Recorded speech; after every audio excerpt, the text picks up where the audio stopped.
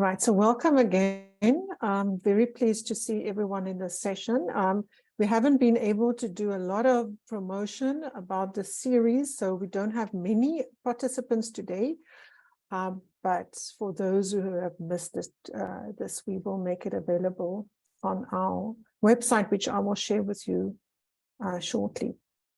So our topic of the day is a brief introduction. So it's an introduction to bibliometrics, but it's actually a brief introduction because there's so much that one can say about bibliometrics. So before we get started, I just wanted to make sure that you are aware that everybody has been muted because we are in a webinar mode and we're doing a recording. So please add your questions to the Q&A box. And then the session is being recorded, so we are making this recording available afterwards. I will share the link where you will be able to find the recording. Also, just to let you know that this is part of a series of webinars, which is actually starting today and which will continue throughout the year. So as you can see on the screen, upcoming is a session on the 8th of May, which will be about advancing your research process with Scopus. So we'll do a deep dive into Scopus and we'll discuss how you can optimize Scopus for your research process. If you have your phone ready with you, you can scan the QR code so that you can register for these sessions. I'll also share at the end, I'll also share with you where you can find more information about the series. So for today on the agenda, what I'm going to do is discuss a little bit history. So we'll start with history.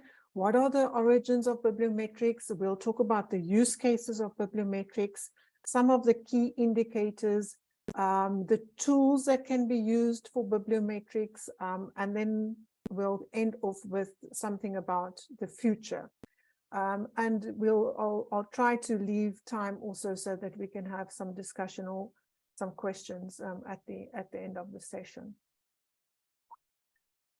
Right, so we'll start with, where does this all come from? So that the whole concept of bibliometrics basically dates back to the 19th century. But the first time that it was actually described in literature was around 1934, when Paul Otler described it as the measurement of all aspects related to the publication and reading of books and documents. Then in 1969, then Alan Pritchard basically defined bibliometrics for the first time, saying that it is the application of mathematical and statistical methods to books and other media of communication. So the big deal really around this emergence of bibliometrics was that bibliometrics became a way of measuring knowledge. So this was really very important. And bibliometrics became more significant really with the development of the first citation database. So up to now, it is still the standard of quantitative scientific evaluation, right up to now, with the development of the first citation database. And the concept of the citation database was developed by Dr. Eugene Garfield. And the concept was around, he published his ideas around this in the journal Science in 1955. But he was inspired basically by Shepard's citations, which dates back to 1873.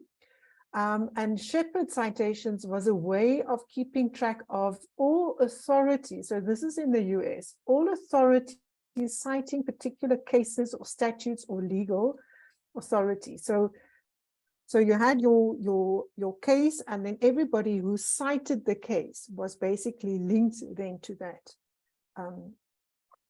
that case. So this was the emergence and the idea, or where the concept started. And then Garfield came up with the idea of creating links between articles and the articles citing those articles, because this then created an intuitive intellectual link between, between publications.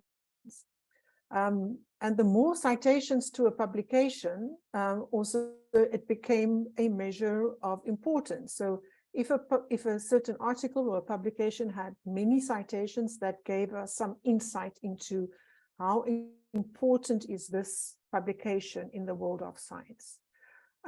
So Professor Eugene Garfield came up with this idea, and he created the first citation database. But before we go on and look into the citation base, it's also important to just, recap and remind ourselves what citations are. So it's really about when you produce or co-produce a document. It could be an article, a letters, review articles, any kind of academic publications. You usually acknowledge the sources. So those are the cited references that influenced your study. And in turn, other authors then also cite your work, which is citations. So a citation is regarded then as a proxy also of impact. So if many people are citing your article, it means that they're endorsing your idea in this specific field of research. So, this derived then from the notion that citations embody the endorsement of another author of your work. And therefore it's used to weight the impact of research. So the little image we have here is really about those scientists are really reliant on citations also to know whether their work is being taken up by other academics, within the field. So citations being then very important for the professional development of scientists. So bibliometrics mostly rely on international multidisciplinary citation indexes, and a citation database then is a global representation of academic publications and how it is cited. It is created by collecting academic documents and the references to them on the micro level, so the article level, and then making them available in an online system. And typically the information is captured about documents within journals. So most citation databases also include other types of publications, but journal articles is usually the majority of that. Additionally, they can also provide, these citation databases also provide aggregated or groupings of publications. So it can be aggregated in terms of a specific journal, of an institution, or of a researcher, right? So it's got all of these links, linking the paper to all the other articles that have cited that paper, and that the paper cited itself, and then also, but then that can be grouped further into different kinds of groupings or aggregations. So as I mentioned, it could be a research, it could be an institution, it could be all the publications of a specific journal, right? So that happens within the citation databases, and there are many benefits of using a citation index, and this is why it was so groundbreaking when citation databases were developed. Because it eliminates the need for intellectual indexing. It has the potential of being automated to a large degree. So how we sort of categorize publications before that was to, intellectually go through the paper, identify the keywords or indexing terms by which you would have to use then to find these publications again. By linking the citations together, there's no need to do that really anymore, because it automatically then groups publications within a specific intellectual field. So citation indexing overcomes that problems of standardized vocabulary, semantic difficulties, and so on. And then literature searches using citation indexes are very effective in gathering large numbers of relevant documents very quickly. So it's really optimized in terms of being automated.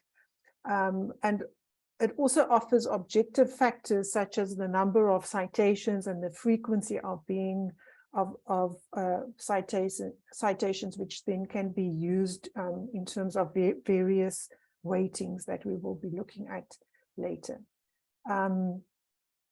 So it improves the quality of retrieval, but it also has additional benefits then of weighting the importance. So if we look at the field of citation indexes at the international multidisciplinary indexes, what we find is that the first citation database, as I mentioned, which was developed by Eugene Garfield as a member of the institution, the ISI, and which is now known as the Web of Science. So this was developed around 1964. Then in 2004, the Scopus was launched.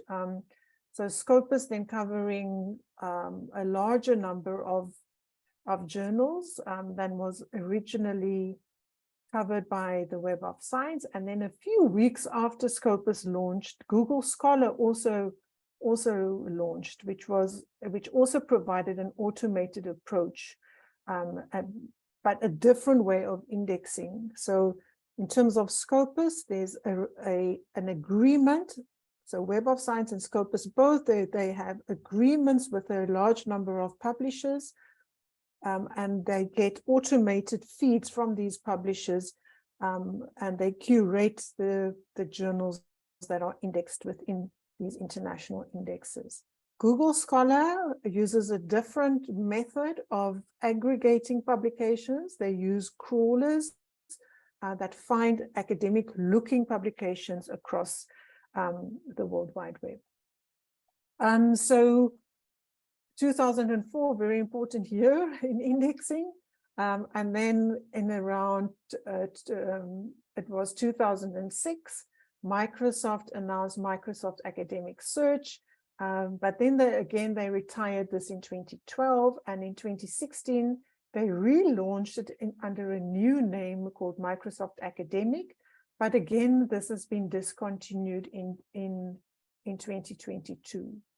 The data is still available. It's a enormously large index, and the data is still available, but it has actively been ceased. In 2018, so another index appeared in this area, and that was Dimensions. So Digital Science launched Dimensions, and it has different parts to it. So one part of it it has a freemium model, so it's free and open, and then it also has a part that has a subscription option, right? So the way that Dimensions is created also uses different ways. So they have partly arrangements with publishers, but also harvest other information or information about academic publications from the web, and they also get publications from Crossref, so they get, so they have different ways of aggregated publication information, right? Then there was another one that was launched in 2018, that's Open Citations. So this is a database that is based on Crossref, so on the OpenDOI information that is gathered by Crossref. They use this information to also create an index. So this is the world of international multidisciplinary indexes that are available at the moment. So they are quite different in the sense that Web of Science and Scopus are curated. So there's a selection process that is being used of the journals which are indexed, and they are both subscription based. And then there are non-curated indexes such as Dimensions, Open Citation. So they just, they use the data that is available from other systems. So, and like Dimensions, there's a part that is free and a part that you could also subscribe to. So this is very broad overview. We often get the question of what is the difference between the, citation databases, and this is very high level, the type of differences or the differences between them. If you look at the use cases of how bibliometrics are applied in academia, then the primary use case, or the one that we're most familiar with, I would say, is where it's used for research evaluation. In essence, this comes down to applying publication and citation counts to reflect the productivity and the impact of scholars. So how many publications were published? What was this? How many citations? So, looking at productivity and through the number of publications and impact through the number of citations. But the building blocks here, the basic building blocks is that we look at publications, we look at citations, and then we have the most basic level is on a researcher level, but this could also then be aggregated up to an institutional level. It could be a subject field, could be a whole country for some instances. But in all cases using publication and citation information. So the usefulness then of publication data to evaluate research is based on this foundation that publications represent productivity, while citations, on the other hand, reflect impact. So the word reflect is important here because it's not equal to, it just is a reflection, or it's a proxy measure of impact. And then various metrics basically evolved from these building blocks. So they can be used in different configurations and linked to different entities. So if you see on the left-hand side here, using output, so research numbers of publications, and that could be any type of publication, a research article, it could be a conference paper, a chapter, a book. So the product, which is then counted to reflect the productivity of a researcher or a research entity.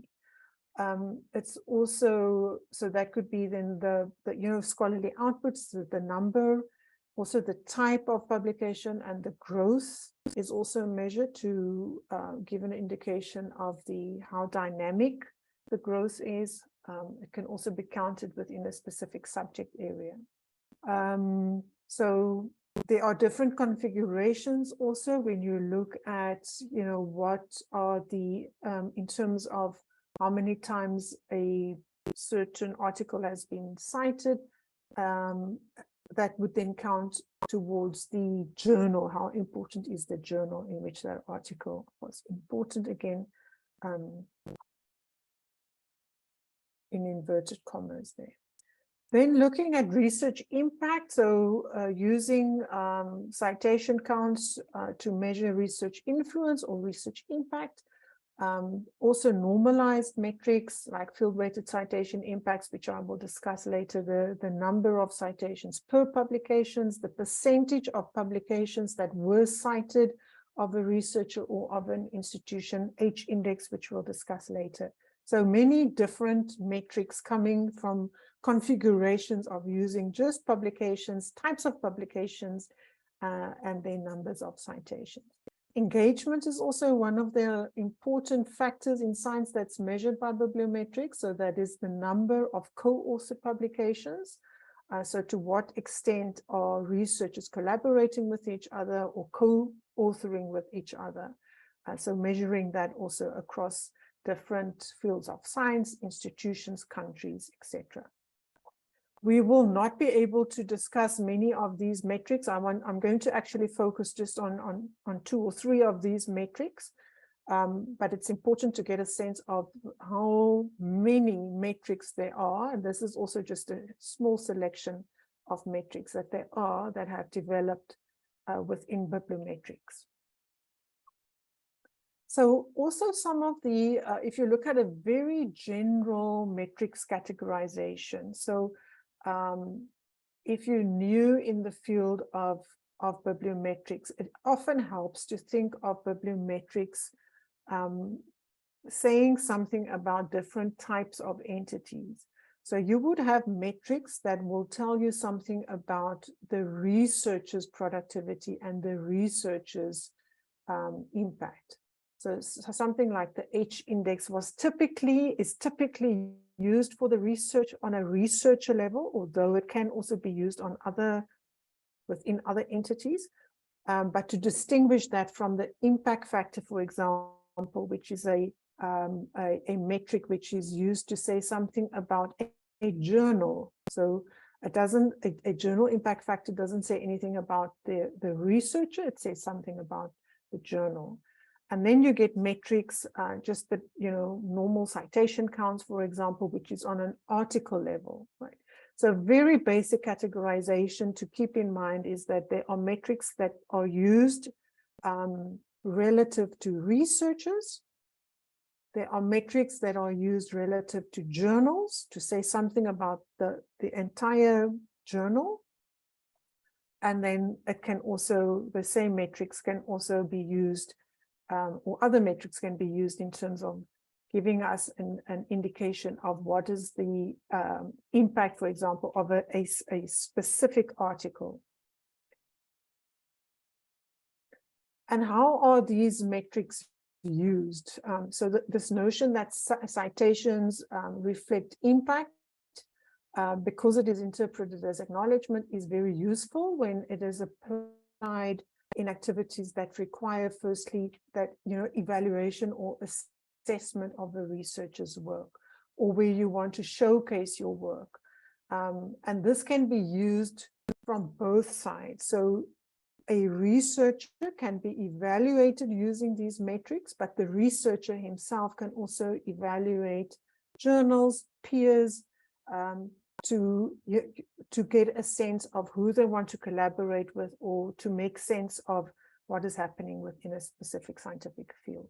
So typically researchers would use metrics in terms of when writing a funding application, so a funding proposal. So how would you present yourself as a suitable person to be to be funded, basically. Sorry, my words are not there. So how would you present yourself using? So metrics give you a very objective way of presenting yourself and what you have achieved within your research field. Also, in terms of using it for things like promotion, also being able to, in a very neutral, objective language, give an indication of what you have achieved in terms of when you apply for promotion, or when you are writing your CV, how to enhance your CV. Often it is used to identify the quality of journals. So if you want to publish, you understand what is the quality of a journal by the number of times it's been cited. Institutions typically also apply metrics when they are recruiting, and then researchers amongst each other also analyze other authors in terms of evaluating the suitability of research partners, right? So many use cases, many applications, but basically evaluating a researcher or a specific journal, then to use that information then to enhance either your CV or an application, or to find a co-author. So this is a very brief introduction, so I'm not going to be able to, stand still with many of the metrics, but one of the important metrics that came out of, the development of bibliometrics was the H index. So the H index was developed by Professor George Hirsch. If I remember correctly, he's from Argentina originally, but an American professor in physics was his field. So there was having access to bibliometrics, there was always this wish that, can we have one metric, only one metric, that can capture both productivity and impact? Because up to 2005, you always had to mention the number of publications and the number of citations, and then make sense of, is this a very productive researcher, or is it a very impactful researcher, or is there, or she, both? So Professor George Hirsch managed to create this indicator that combined the two concepts of impact and of productivity. So it's basically an equation based on the number of publications and the number of citations per publication.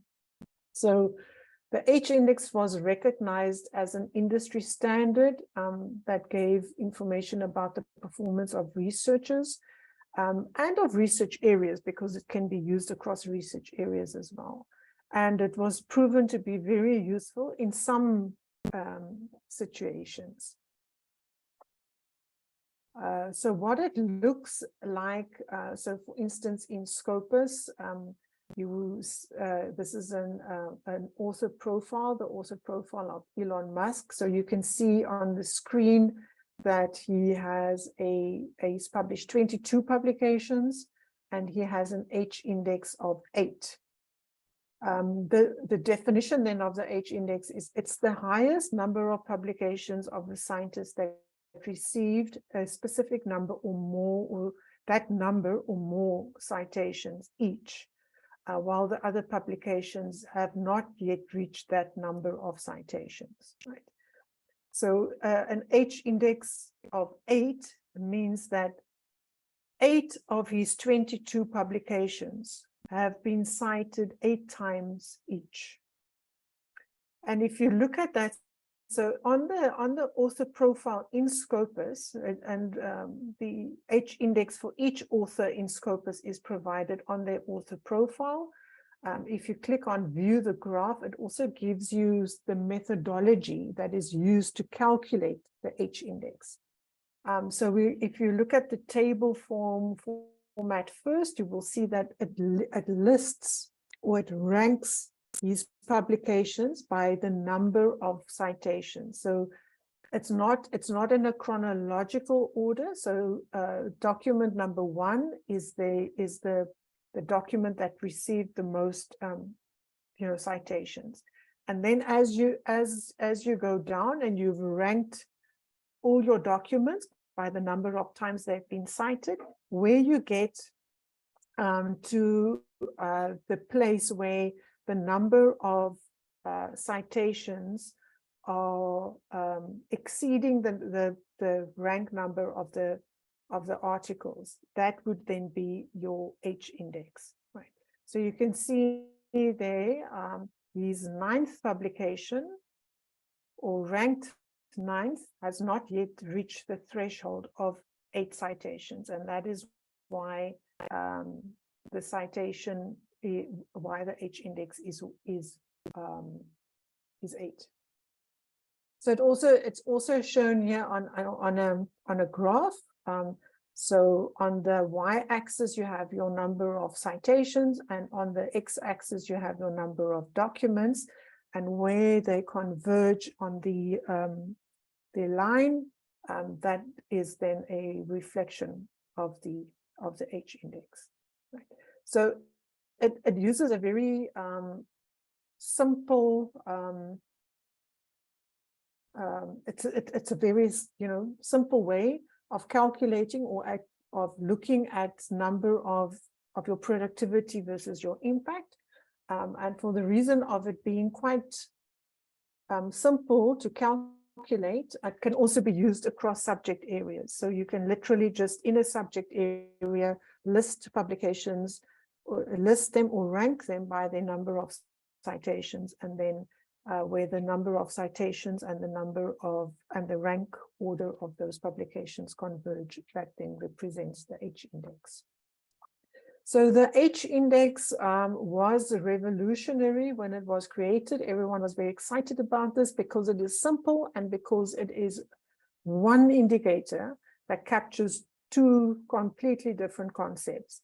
But it has since fallen into some disrepute, which we will discuss later. So I'll come back to the H index and explain why there are limitations to how accurately the H index basically captures research, performance.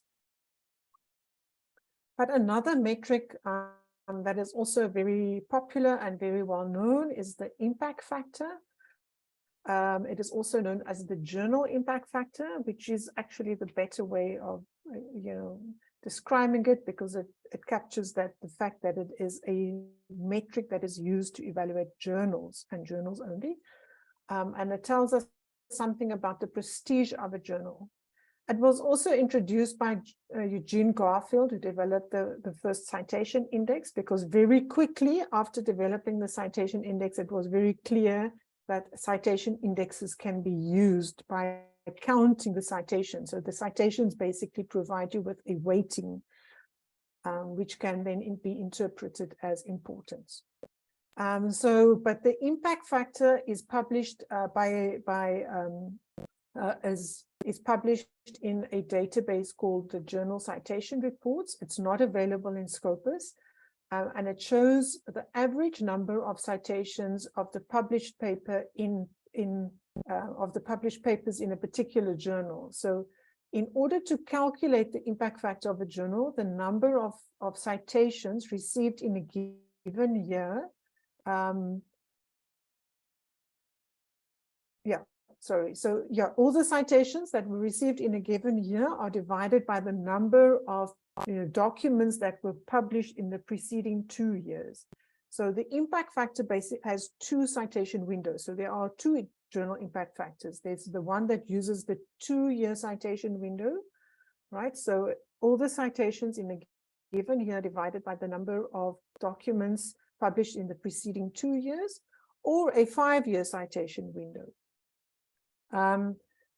So from the outset, there was, people saw that there were some limitations to the impact factor because of this, citation windows. Some subject areas have a longer period before publications get cited. For example, in arts and humanities, you need a longer period before publications are cited. So it was considered that the 2-year was too small and the 5-year was too long. So that was a bit of a problem. But then also another criticism against the impact factor was that the nominator and the denominator were not the same. So what essentially happens is it uses, it counts all the citations, but it does not count all the publications, right? So that only specific publication types are counted. So it excludes like news articles, editorials, letters to the editor, those kinds of publication, but it does count the citations to those publications. So that was also seen as what of a deficit. Despite that, the impact factor is enormously popular also because it is very simple, it's really become something that is an easy way. It gives an easy way for researchers to sort of differentiate between journals. That is the main focus of this this metric.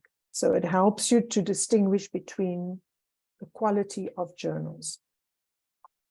So because the journal impact factor is only available in the journal citation reports, in Scopus we have developed also a journal metric which has a slightly different methodology. It uses the same concept basically of dividing the number of citations over a specific period by the number of documents published over a certain period. But it's slightly different in this for cite score.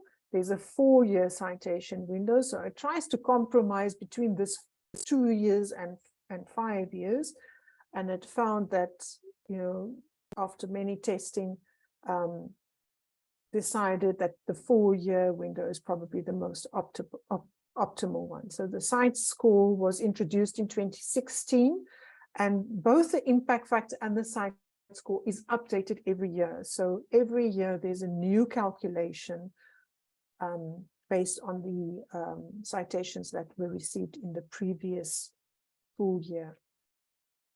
So this is an example of the journal, South African Journal of Science, which is covered in Scopus, and automatically the cite score is calculated and also provided on this page of the journal. So you can see it's also very transparent. You can see the number of citations which were counted between 2018 and 2021, a 4-year period, and then it's divided by the number of documents that were published in that journal over the same period.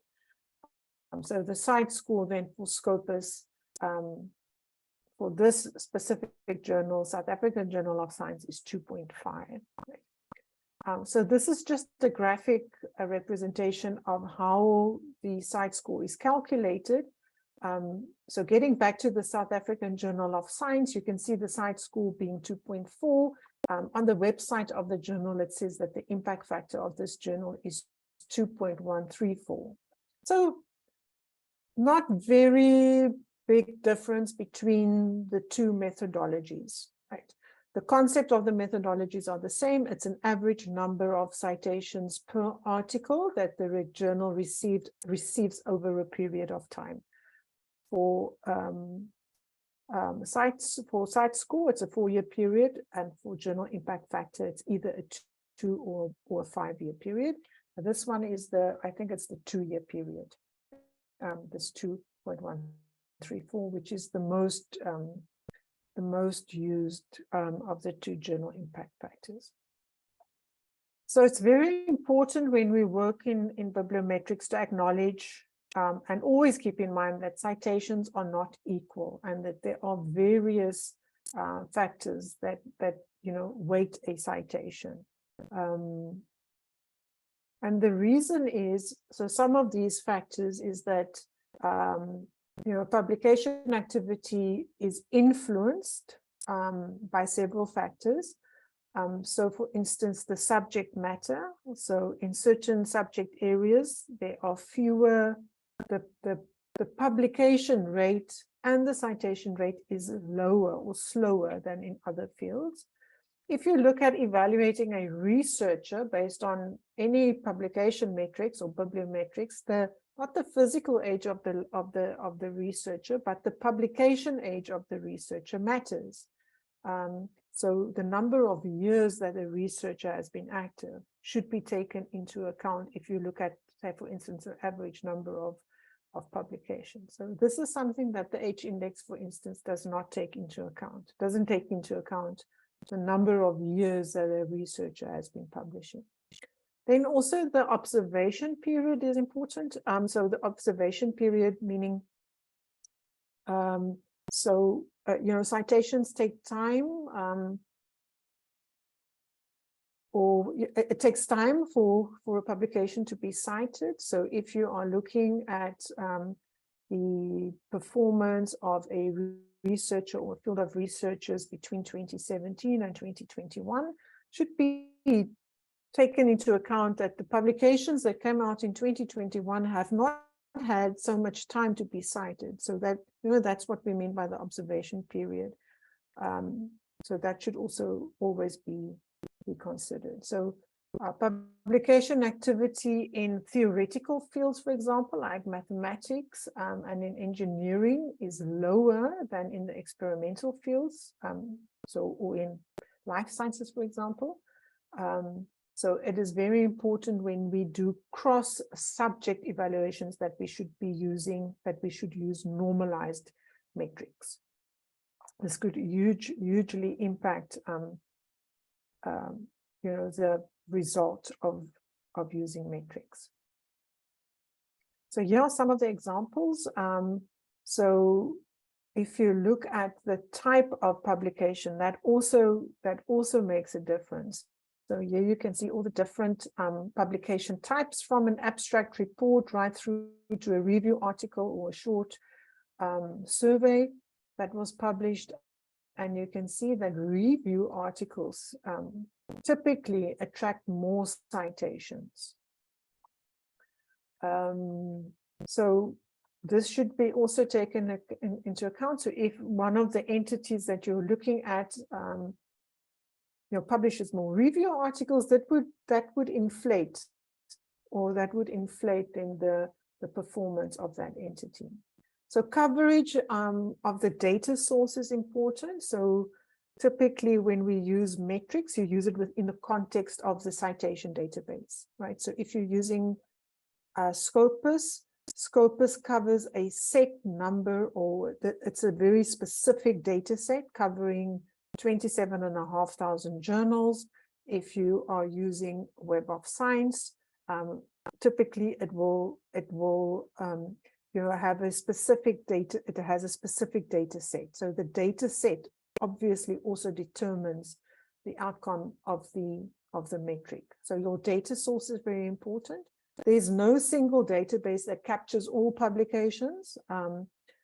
So usually when you do any kind of analysis or when you're engaging in bibliometrics, you would use one of the sources that I've mentioned. It would be Web of Science, Scopus, Google Scholar, Dimensions, and so the data set is very important.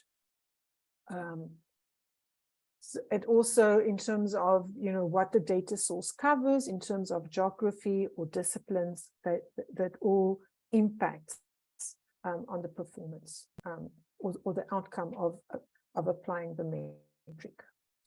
So for instance, we've spoken about different subject areas have different citation rates, different publication rates and different citation rates. So this is an illustration of how that could differ.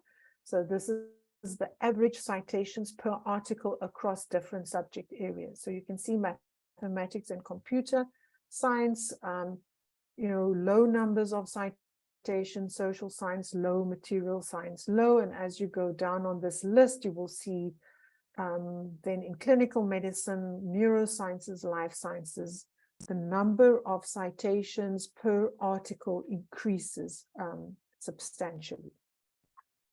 So there's an important rule, is that the use of simple bibliometrics cannot be done across subject areas. We need normalized metrics, subject normalized metrics, to do those kinds of benchmarking and performance analysis. So getting back to the H index, so taking into consideration the limitations that I've mentioned of using bibliometrics, publication and citation patterns differ between subject areas. So this is not taken into account by the H index. It's also not time sensitive. So H index is often used to compare researchers with each other, but the H index doesn't take into account the number of years a researcher has been active. Because it is easy to obtain, you can calculate your own H index if you have all your publications and know how many times they've been cited, or you can use one of the databases to calculate that. So it's easy to obtain, and hence there's been an over-reliance on using the H index. Also because it's a single number, people like single numbers. So there's an over-reliance. It could also, the H index is also, dangerous to some extent because it may change behavior of citations, I mean scientists. So they could be sort of be inclined to use more self-citations to increase the number of their citations. Since then, there are some facilities within or features within the citation databases that allows you to switch or to toggle between citations to include self-citations or not. So self-citations are, of course, part of science, and it's important to also use self-citations. In some cases, it would be like plagiarism if you do not self-cite, but in other cases, there could be an over use of self-citations. And then there are some technical limitations. It's difficult to obtain the complete output of all researchers or of all science, especially if you're looking at larger entities. And it's always difficult, this decision about whether we should include self-citations or to remove them. Something that's also interesting about the H index is because it is based on the number of publications. So it uses the base of the H index is the number of publications. So if you have 4 publications and they have been cited 1,000 times, your H index will still be 4. So your H index can never be more than your number of publications. So that rank of your publications is the base. So in that sense, there's also a limitation in terms of what the H index can actually do. Since the invention or the launch of the H index, there have been many, I think there are more than 100 variations of the H index. So many other scientists have done, research and tests to come up with improvements of the H index, and many of them are used. But in general, the raw initial original H index is still being used, and the limitations are not always taken into account. And this is also because there are all of these variables of which I've just mentioned a few, like subject area, the data source that you're using, the length of time that you are looking at, and the delay between, the delay of citations, all of these variables which affect publication, which also affect citations. It is important to remember that bibliometrics are proxy indicators. If we look at citations, it is a proxy of impact. It is not a definitive, indicator. So bibliometrics are not, conclusive. In other words, metrics should always be used alongside qualitative means of evaluation of research, such as peer review, which is also, which is still the gold standard. And there are many initiatives to create awareness about the limitations of metrics and what is the best, what is the best practice. For instance, there's the Leiden Manifesto. They published their manifesto in Nature in 2015. It was named after the conference at which it originated, and it looked at a set of 10 principles for the use of metrics in research assessment of individuals to ensure that fair and appropriate use of metrics takes place.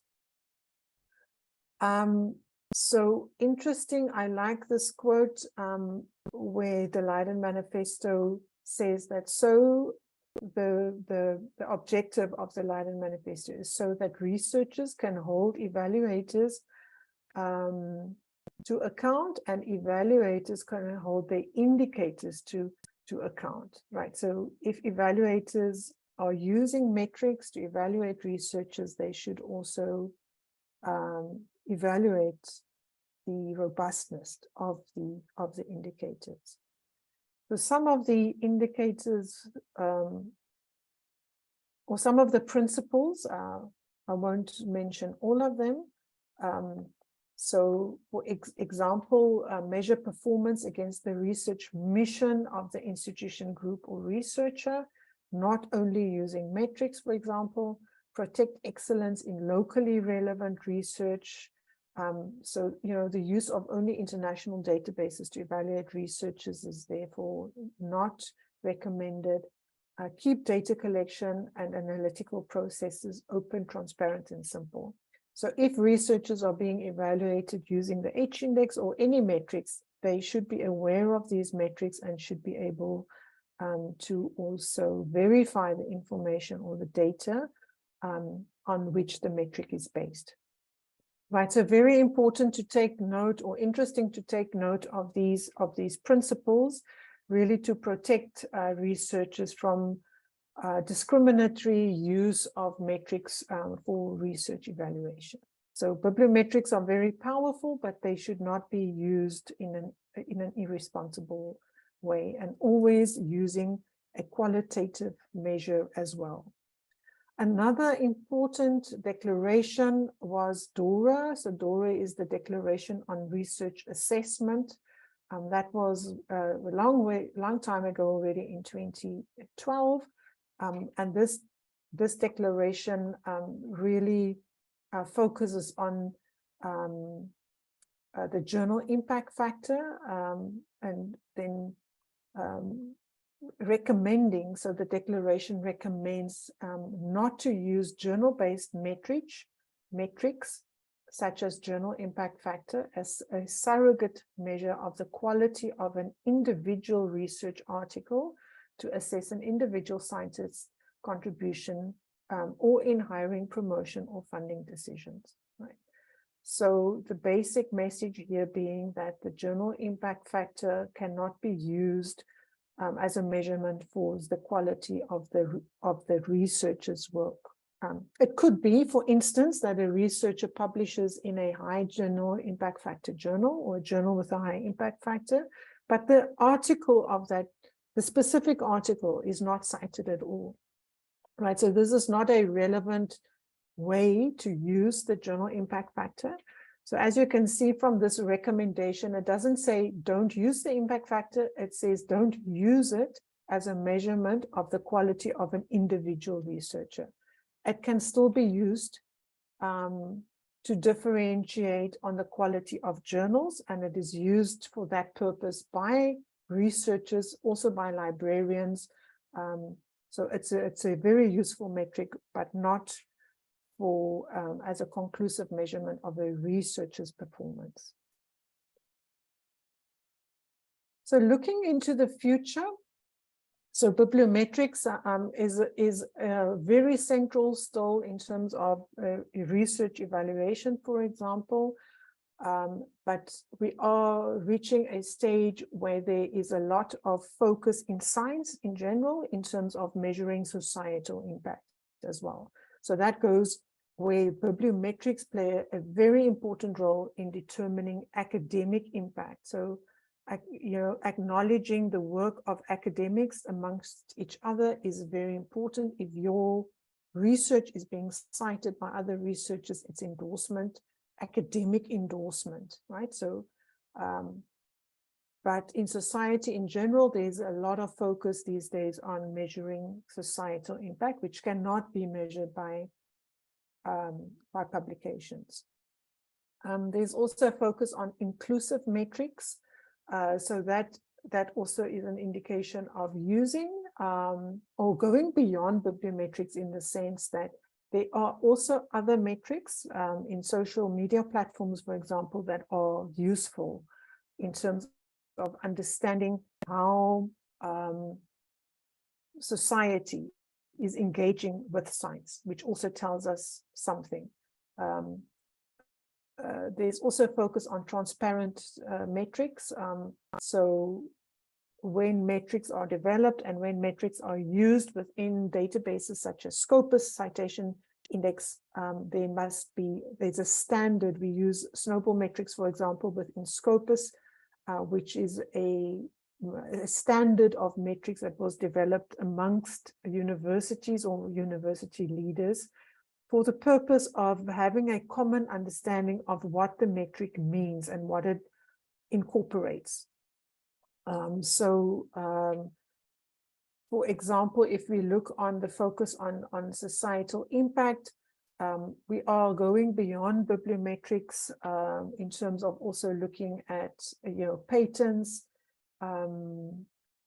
looking at policy documents, spin-offs, equipment use. So all of these measures really telling us the advancement of research and how research is being used in common platforms, also, social media, for example. And also, what is if you look at the success of a research institution, for example, going beyond just what they publish, but where are the alumni of that university? How successful are they? How many spin-offs have they been? What is the contribution towards society in open platforms such as Wikipedia? Right. So really opening up a space of research evaluation, going beyond bibliometrics. Bibliometrics still very important, measuring, the publication side and the academic impact.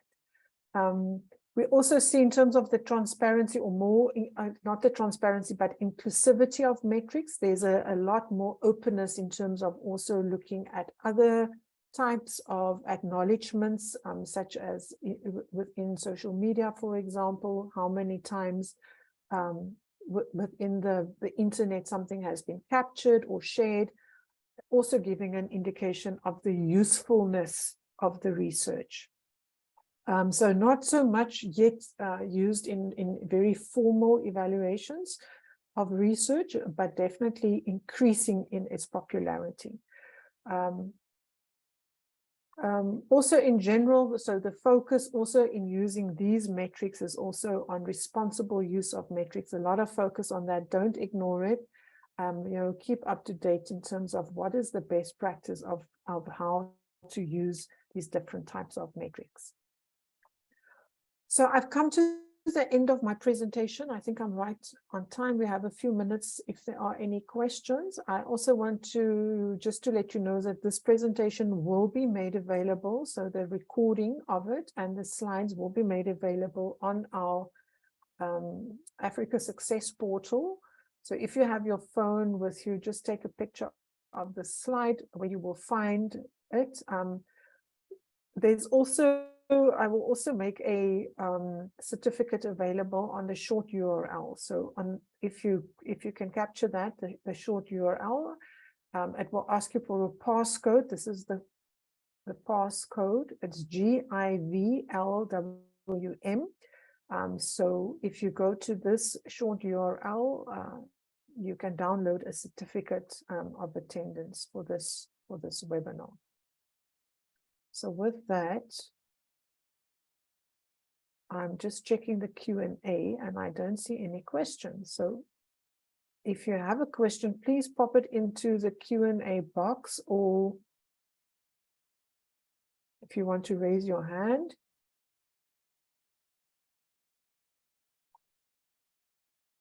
I was convinced that there would be questions, but so I'm very surprised not to see any.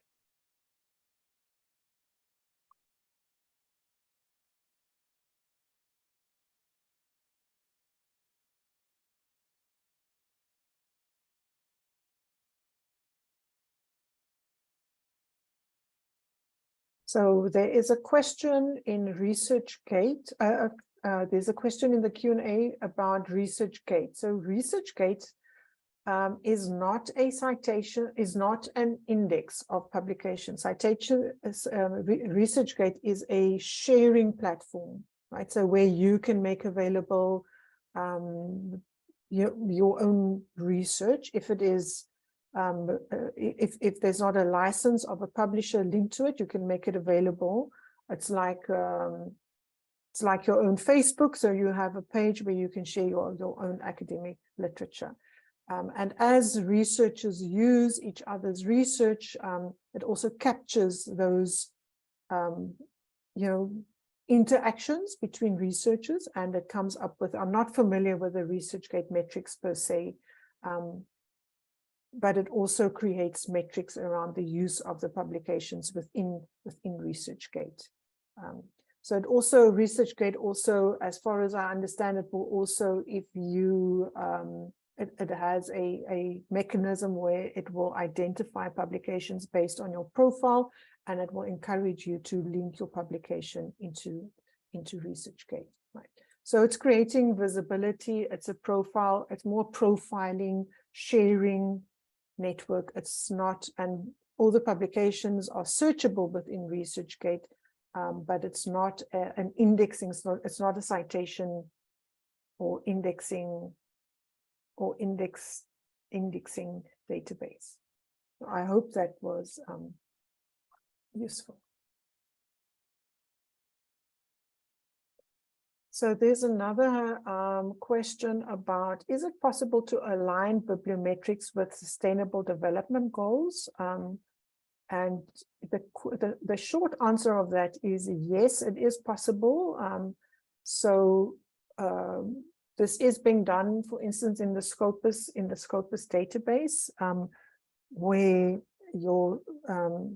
a search query can be developed or has been developed to identify contributions towards SDGs based on the keywords and phrases that are used within the title and the abstract of a publication. Right, so all of this is available in the Scopus database. You have your title, you actually have the keywords that the author has identified for his work, that you've got the abstract. So if this is analyzed, so using the targets and the indicators, the actual terminology that was used to define the Sustainable Development Goals, using those terminology or that terminology to identify publications within a large database such as Scopus. That's one of the ways that you can use bibliometrics in terms of, or where it has been used. So just identifying the number of publications per and the number of citations linked to specific citation SDGs. There are other methodologies also based on bibliometrics where look at where researchers, things like co-citation, for example, where researchers are citing each other's works, and it creates a intellectual grouping of publications, and then linking that also to the Sustainable Development Goals using semantics. That's another way. So there are ways of using bibliometrics in terms of showing the quantity of publications towards Sustainable Development Goals. Obviously, it doesn't give you an indication of solving the Sustainable Development Goal, but definitely the volume of research is a reflection of the focus of science on the specific or the different goals. So in that sense, yes, it can be used in that sense.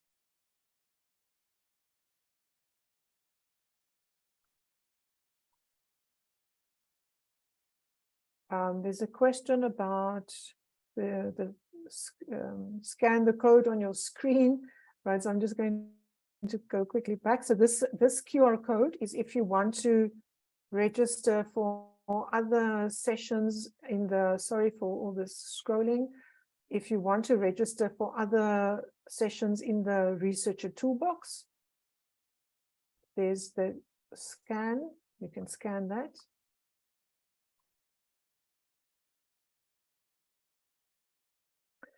There's a question about how can systematic reviews fit into bibliometrics or vice versa. So yeah, essentially, so large international citation databases are ideal for doing systematic reviews. because you have these citation links between publications. So it just gives you, it aligns in the sense that it is a very intuitive way of linking publications together, and it's very large. It's a very large, all the international citation databases are very large, so you get a very good coverage of what has been written or what has been published within a specific subject area. So in that way, citation databases itself, not bibliometrics in the sense of how many has focused on a specific topic or problem within a scientific field.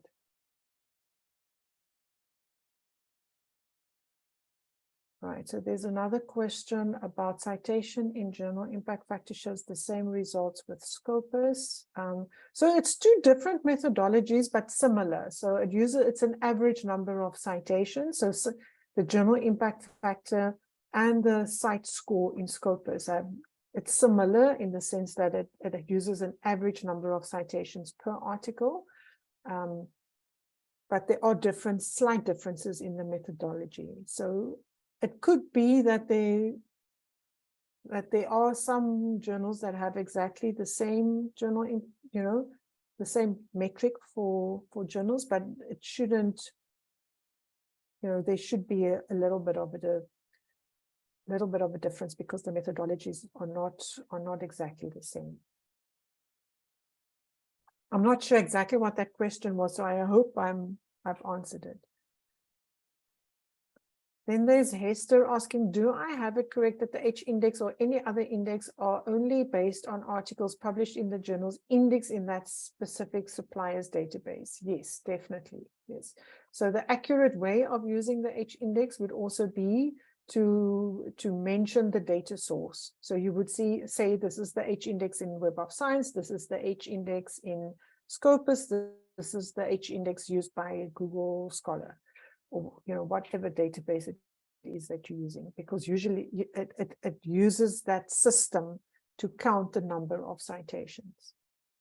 Unless you have calculated it yourself, but I'm not really aware of many instances where the H index is calculated across different databases.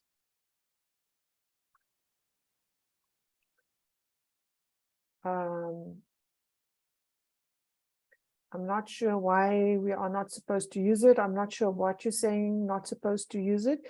If you're talking about the H index, why you're not supposed to use it, I wouldn't say don't use it, just to use it responsibly and understand that the H index is not capturing, or not to use it across different research fields, and to use it across researchers that have different publication years, for example. So if you want to use the H index, it should be amongst, or if you want to use it for benchmarking researchers or institute or any entity, the entities must be equal, because it doesn't take into consideration any differences between the two entities, except for the number of publications and citations. There's a question about, is citation report part of Bibliometrics? Is citation report? The journal citation reports is a publication, it publishes the journal impact factor. I'm not sure if this is the references, but to create a citation report for a researcher, for example, is very much bibliometrics based, because it shows a typical citation report would show for an individual the publications of that individual. Say there are 5 publications, and then it would show across the years that the researcher has published how many times that publication has been cited. Yes. And that is classic bibliometrics. There's a question about, is there normalization? There are many variations of the H index that try to correct the limitation of the H index. So it's beyond the scope of this session actually to go into that, but there are definitely forms of the H index that try to normalize across different variables. Yes, so I would recommend some just internet searching basically would also be very useful in terms of discovering the different variants of the H index. Why we only talk about the one H index in the session is the classic original H index is the one that's most used and abused. Under factors influencing publication in activities says that there are 4 factors. The fourth factor, so the subject, age of the subject is very important. The age of the researcher, the time period that is used to evaluate the entity, the type of publication. So there are more than 4 factors, you know, really, but those are they're not on the same slide, but they were on subsequent slides. So I'll make a correction there before I use these slides again.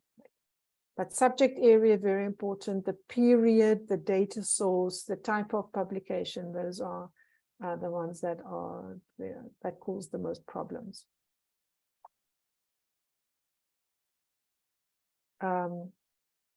Yes, if you're using the different databases, it's important that to note which data source is being used, right? So you can't compare a Google Scholar H index with a Scopus H index because it's completely different data sets that are being used. So quite correct there. So we have exceeded our time now by a little. Where are we now? I really thank you for all your questions. Thank you for joining the session, and I hope to see you in subsequent sessions as well. So thank you, everyone, and see you again next time. Have a good afternoon. Bye-bye.